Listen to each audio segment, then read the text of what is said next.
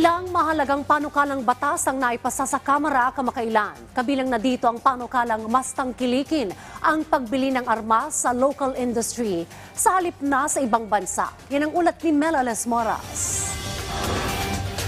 Lusot na sa ikatlo at huling pagbasa ng Kamara ang House Bill No. 9713 o panukalang pagtatatag ng Philippine Self-Reliant Defense Posture Program.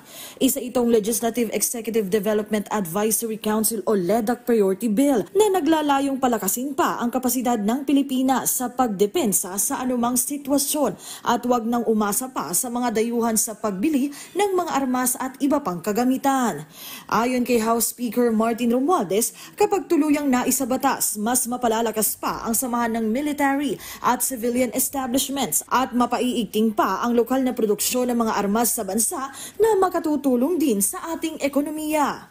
Sa ngayon, 54 na sa 57 LEDAC priority bills ang naaprubahan ng Kamara at 3 na lamang dito ang natitira na inaasang maipapasa na rin ng mababang kapulungan sa mga susunod na linggo. Kahapon, isa pang pambansang panukala ang inaprubahan ng mga kongresista sa huling pagbasa. At yan ay ang House Bill No. 9571 na patungkol naman sa mas maayos na pangasiwa ng chemical weapons sa bansa.